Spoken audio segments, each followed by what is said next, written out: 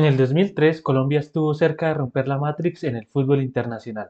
El Independiente Medellín y América de Cali estuvieron a punto de llegar a la final de la Copa Libertadores. A finales de ese año, y en Emiratos Árabes Unidos, un país en ese momento en auge, antes de que los petrodólares se pusieran de moda, se desarrollaba el Mundial de Fútbol Sub-20 masculino, mundial al que Colombia clasificó tras quedar cuarto en el Sudamericano Sub-20 celebrado en Uruguay. Esa selección logró quedar tercera en ese campeonato mundial, siendo hasta el momento nuestra mejor actuación en campeonatos mundiales. Pero a pesar de ese buen resultado, esa selección yace en el olvido, a pesar de que esa selección desafió nuestro ADN pecho frío e hizo una maravillosa actuación. Con motivo del Mundial Sub-20 de este año, que se realizará en Chile y que iniciará en más o menos unos 15 días, decidí realizar este video. Para quienes no lo sepan, les comento o recuerdo que yo amo el fútbol. Por eso hoy, en Desahogo Radio, me salgo un momento de la política y les presento este video. La selección Colombia que desafió a la historia. Lo primero que vamos a hacer es recordar la lista de convocados y dar un breve recorrido por los lugares donde jugaron y, si se puede, dar detalles sobre su vida actual. Los dos arqueros convocados para este mundial eran Héctor Fabio Landázuri y Miguel Solís. Landázuri atajó los 7 partidos que jugó la selección en ese mundial. Landázuri surgió del Envigado, como no podía ser de otra manera, y atajó gran parte de su carrera en el Once Caldas. Miguel Solís, por su parte, atajó en clubes de poca relevancia, siendo el más relevante Santa Fe, donde se retiró en el 2019.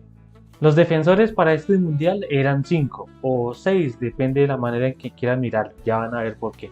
El primero, José Julián de la Cuesta, un defensor central colombiano que prometía y mucho, hasta que habló contra los bandidos de la Federación Colombiana de Fútbol y por eso lo borraron de la selección de mayores, a pesar de que estaba desarrollando una carrera prometedora en Europa. Pablo Pachón, compañero de la Cuesta en esa saga central, surgió y desarrolló la mayor parte de su carrera en Santa Fe, y por razones que no pude encontrar se retiró en 2010 jugando en Patriotas, un club que sí es de Boyacá. Pachón se retiró muy joven, más o menos a los 27 o 28 años. César Faucet era el lateral izquierdo de esa selección, con gran trayectoria en el Junior de Barranquilla, y que desapareció del fútbol en el 2016. Javier Arizala era el otro lateral izquierdo, y por ende suplente. Arizala fue un auténtico viajero por Colombia, ya que jugó en múltiples equipos de nuestro amado FPC. Andrés Felipe González, otro de los defensores centrales y que era suplente, fue un destacado y prometedor defensor surgido en América de Cali y que en la actualidad es un creador de contenido bastante bueno. Les recomiendo que se den un pasito por su cuenta de TikTok. González se retiró del fútbol en el año 2015. Como lateral derecho en esa selección fungía Julián Anchico, con una larga trayectoria que cesó en el 2022.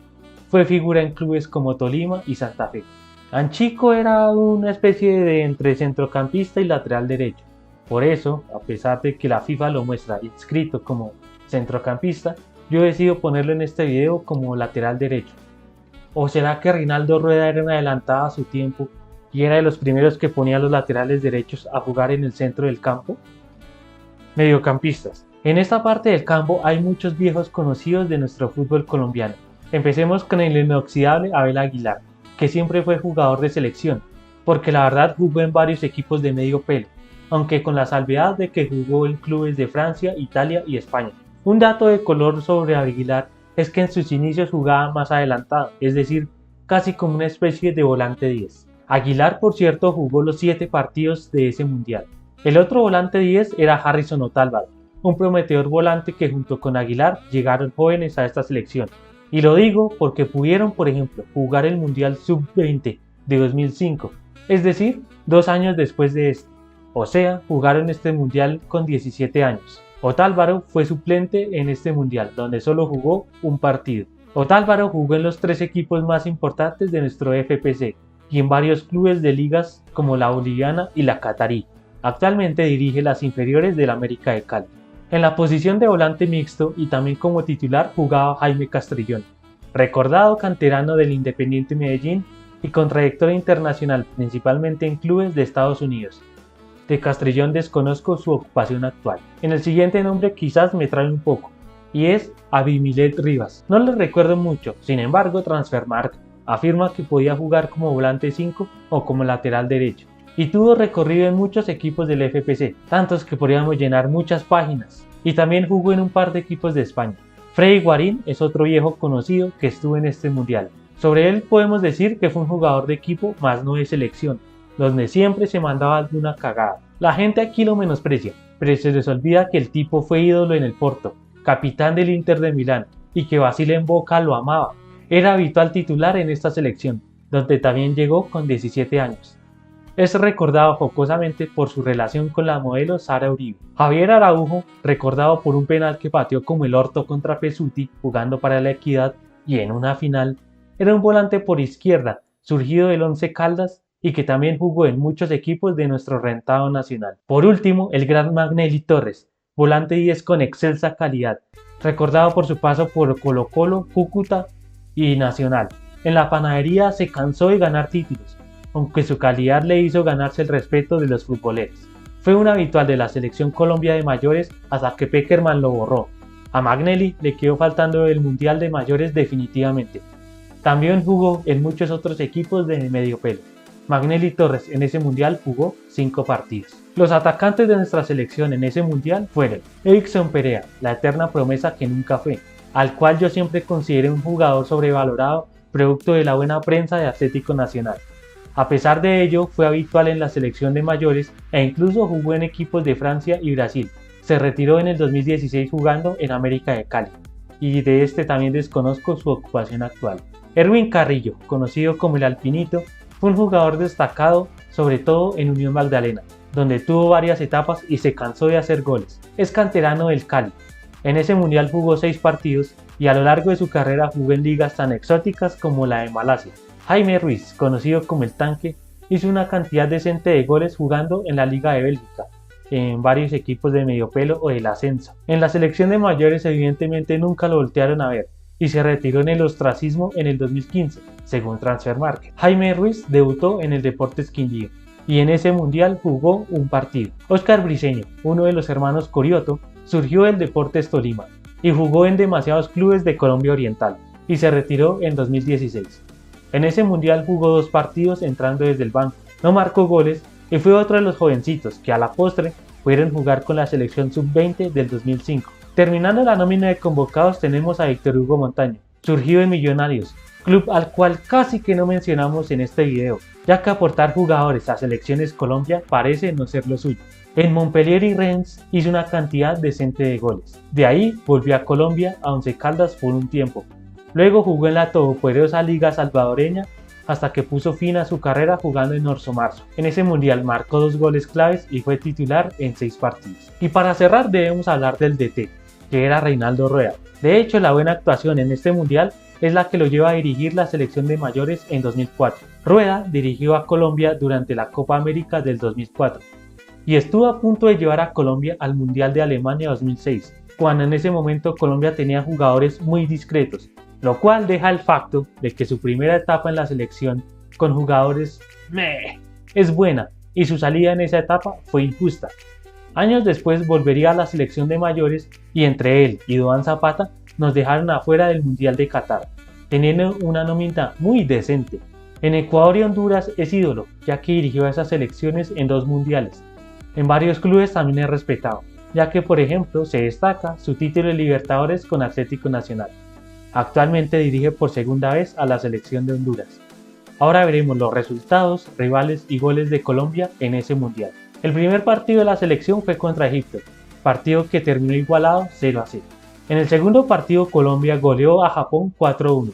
Los tantos llegarían gracias a José Julián de la Cuesta, Jaime Castrillón, Abel Aguilar y ya en tiempo añadido Abimilet Rivas sentenció la victoria. Del partido solo conseguí el gol de Rivas. Para los demás... Bueno, usen la imaginación, por favor. El tercer partido de la selección sería contra Inglaterra, en lo que fue otro 0-0.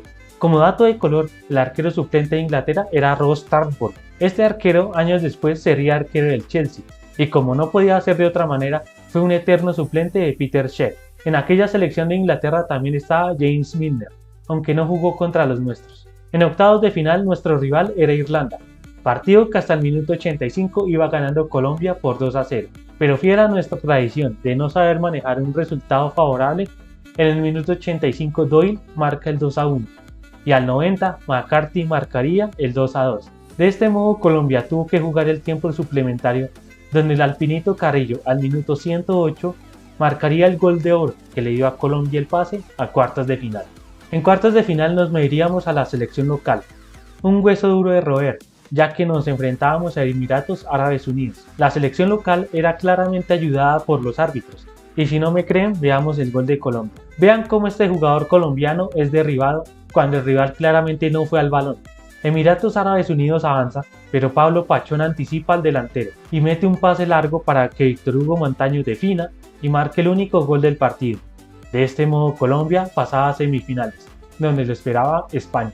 España contaba entre sus figuras más rutilantes con jugadores como Juanfran Torres, ídolo del siempre asequible Atlético de Madrid, y que jugaba como lateral derecho. Gavi, del mismo Atlético de Madrid, y que también tuvo un largo paso por el equipo chico de la ciudad. Otra de las figuras de España era un tal Andrés Iniesta, que años después sería algo relevante en la selección.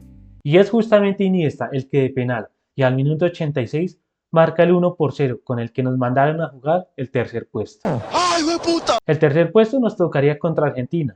Y sobre el papel uno diría, bueno, Colombia, tranquilo, no todo está perdido, todavía falta perder contra Argentina. El 19 de diciembre de 2003, Colombia se enfrentaba a Argentina por el bronce y último lugar del podio en este mundial. Esa Argentina tenía nombres relevantes como Nery Cardoso, extremo que jugó muchos años en Boca, donde ganó múltiples títulos. Javier Mascherano, que cuenta con una larga trayectoria europea, aunque ese día no vio acción. Pablo Zabaleta, lateral derecho argentino, que jugó por ejemplo en el Manchester City. En la delantera destacan Franco Cantele, que cobró el cuarto penal que Boca se tragó frente a Once Caldas y que le permitió al equipo caldense ganar la Copa Libertadores.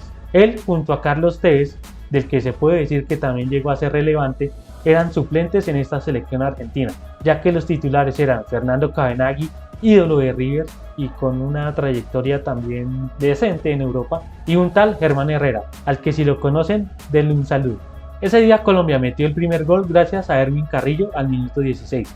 Sin embargo, el popular Osman Ferreira metió el empate con un golazo de tiro libre al final del primer tiempo. Y finalmente al 62, Jaime Castrillón metería el 2-1. De ahí en adelante Rueda mandó unos cambios para cerrar el partido y así ganamos el tercer puesto. Ese partido es el que da el título a este video, ya que ese día Colombia dejó atrás su tradición de ser la colita fácil de los argentinos y les ganó. Ese día, la selección Colombia Sub-20 desafió a la historia. Eso fue todo por hoy en Desahogo Radio. Colombianos, muchas gracias por ver este video. A la selección Sub-20 le deseo la mejor de los éxitos en el Mundial de Chile y les deseo un feliz día.